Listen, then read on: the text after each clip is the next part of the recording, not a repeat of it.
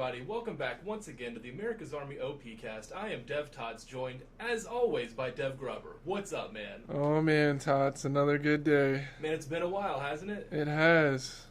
Well, let's go ahead and just kick this off right now. We've got a Dev, and I don't remember what your Dev tag is. What is your tag? Judgment Day. Judgment Day, that's right. Yeah, that's me. And what do you do? I'm a weapons modeler and Alright. texture artist. Yeah. So you're the guy who argues with people on the forums about the iron sights. That's me. Right. That's me. I've been on talking about iron sights. Anytime I see them pop up, or if you see them pop up and you send me the link or whatever, I'll jump in there and I was the one that went through and is like, these iron sights, we got to fix them because we know we want lots of people to use them. So before they took up a ton of the screen space, and we needed to fix that. But the iron sights are just one part of, I don't know if anybody else has heard me say it or if it's got out or what. I call it the great rescoping because I think it's a funny term. You know, about the iron sights, that's a funny topic because, you want to encourage people to use it for the game's sake, right? Right. And in doing so, people in most games end up making them work better than the red dot, but the whole point of the red dot is faster target acquisition. Right. And it's this crazy balance between gamification and realism. And right.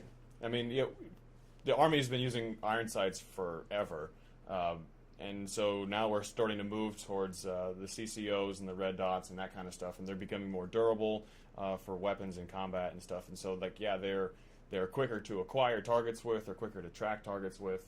But you're still not going to qualify with them, right? I mean, I've never seen anybody qualify with them, but I have seen that's like a holdover from what I've seen in my service. Yeah.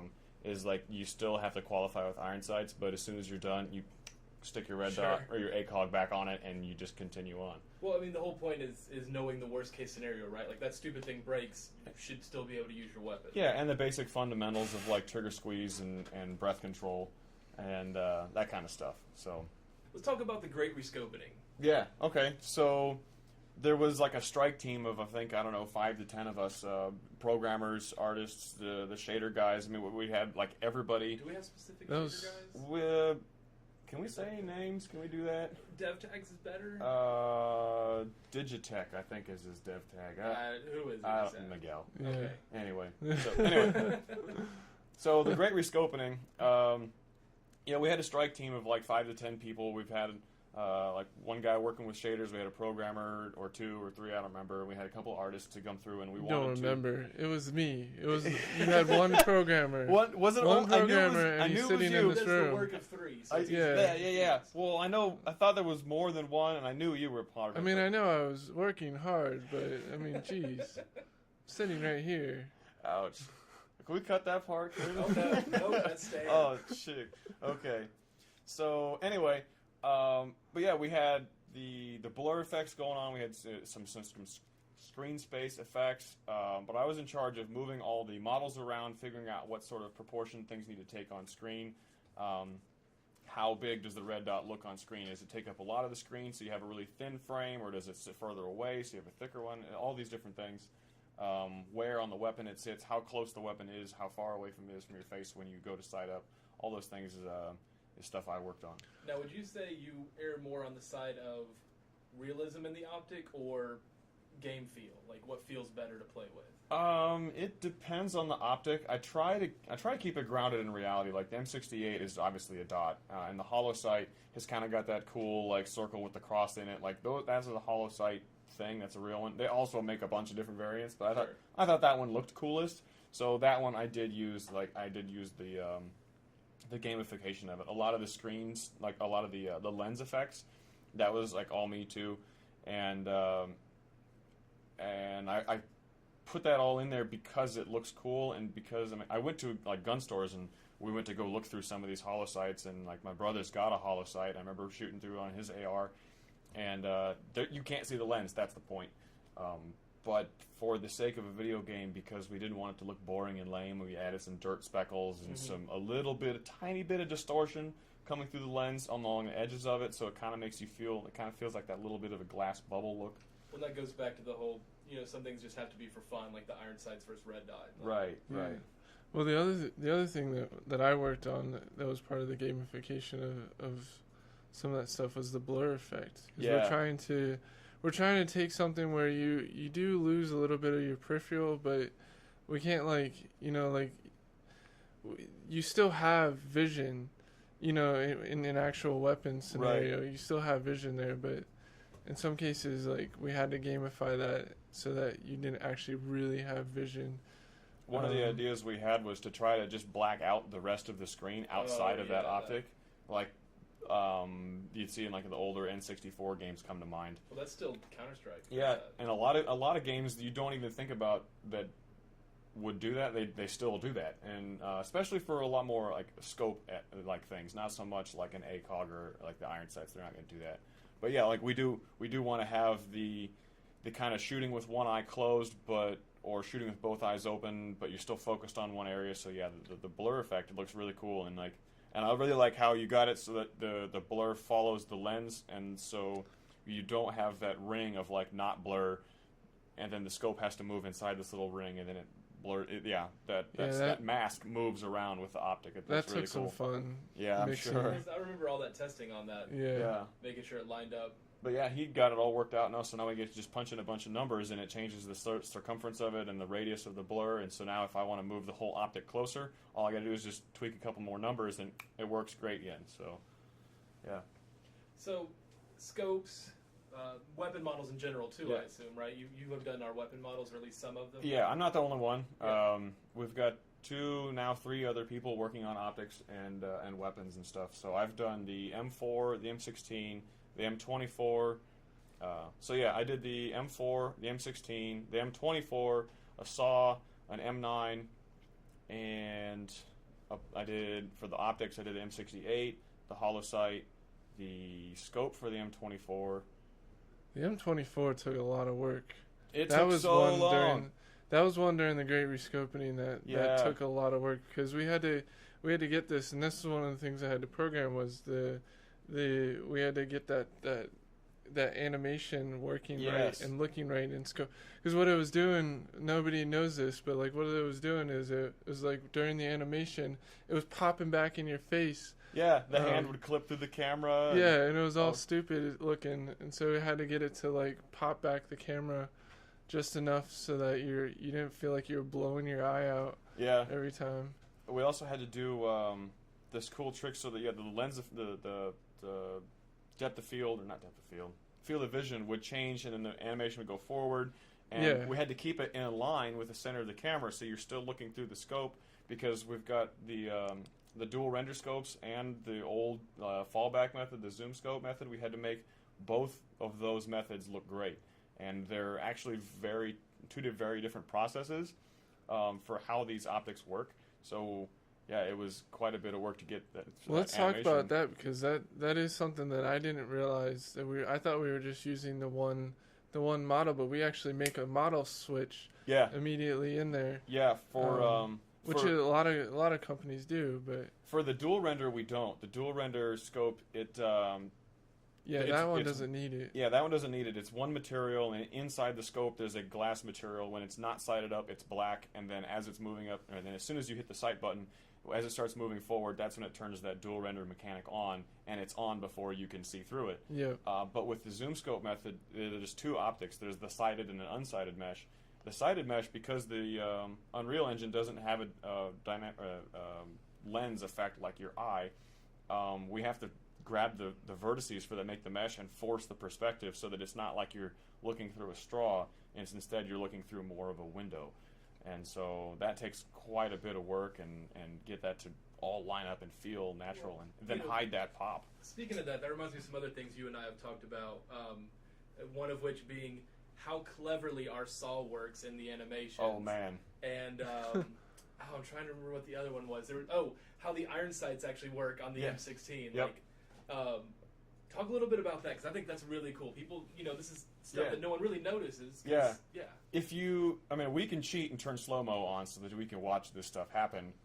But for the pub games and the release builds, we turn slow-mo mode out so that you don't get to see those animations and stuff. Yeah, we turn all those cheats off. Yeah.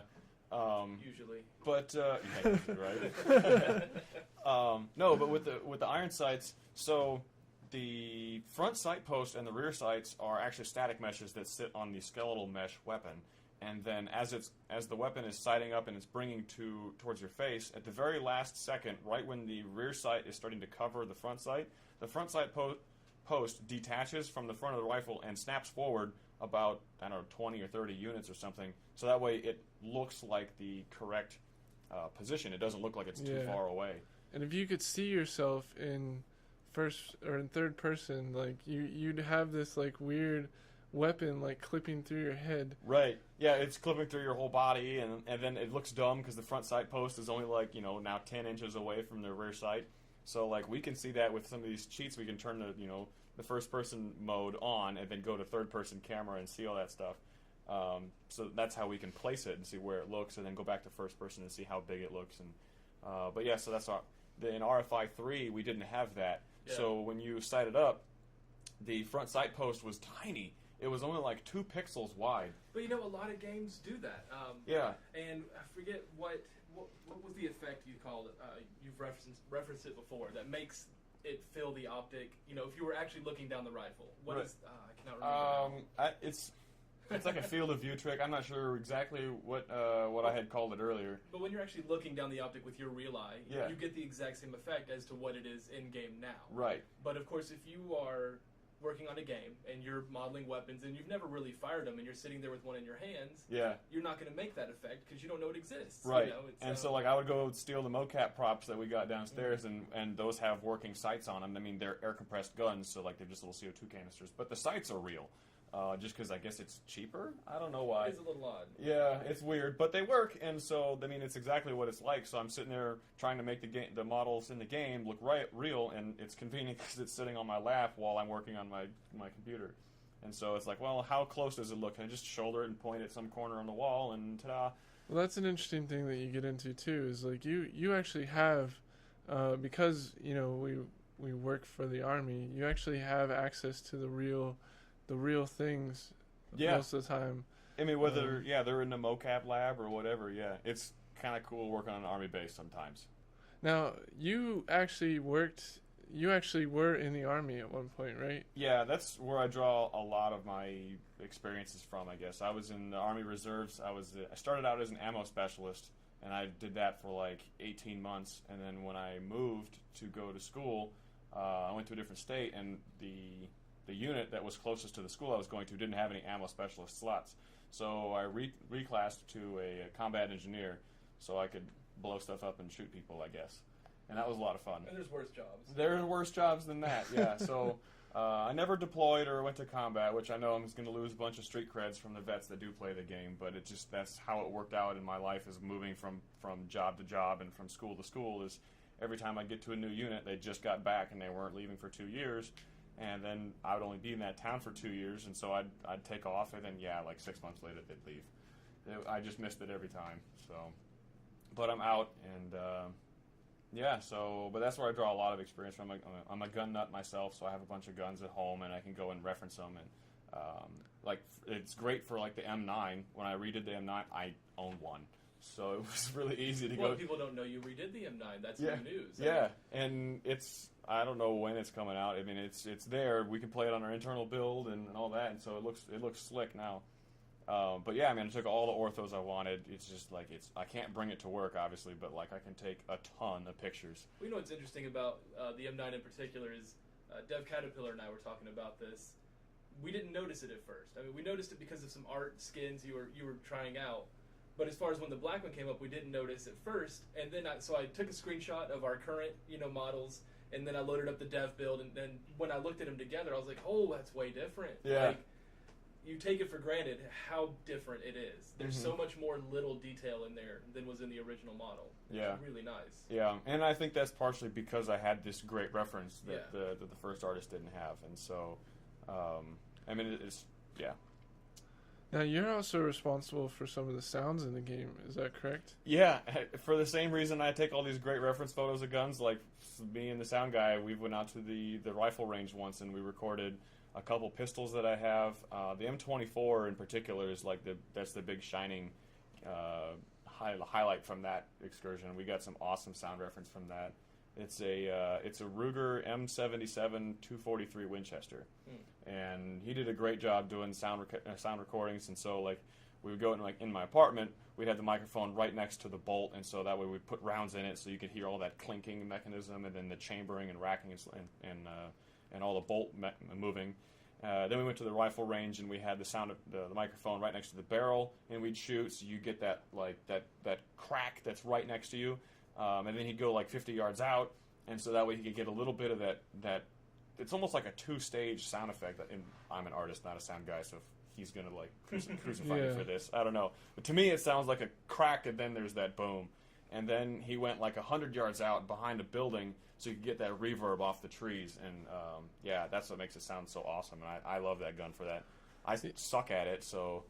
But I always find it interesting that people actually criticize our sound sometimes, and it's like, what are you listening to? Because, we actually recorded the real thing. I think it's Hollywood. And some of it has been dressed up a little bit, because real weapon sounds aren't that exciting for most weapons. Well, and they're so loud. Well, oh my! Too, yeah. I mean, I've shot an M16 with no earplugs in, that's bad, and that was years ago, and my ears still ring. Well, it's so loud that you have no idea what a gunshot sounds like, even when you're shooting one, because you're just quiet now. Everything is gone. If you listen to our first playtest, though, some of those alpha ones that we put out, those were the raw weapon sounds that sounded captured, and they don't sound bad. That's not the right word, but they don't sound good. They don't sound fun. They don't sound exciting. They don't sound powerful. Right. They just sound like metal and pops, because that's what it sounds like. And it's just because we can't deafen players. Then you don't get that. You don't feel that shockwave through your chest every time you pull the trigger. That's real. Yeah. But then you watch and. Then you watch the Expendables, and everything blows up, and there's machine guns everywhere. They're using an M16, and the sound effect playing is a Barrett 50. And what? Yeah. This is why no one knows what weapons sound like. Yep. So we do have to dress it up a little bit, but I mean they're based and grounded in reality, and that's really awesome, I think. Well, guys, on that note, we're gonna have to wrap it up. It's been great talking to everybody again. We're gonna try not to go so far without another one. Everything's just so busy right now. It's crazy busy here. Yeah. So I'll let a do that. We'll see you next time. Say goodbye, everybody. Later, guys. Later.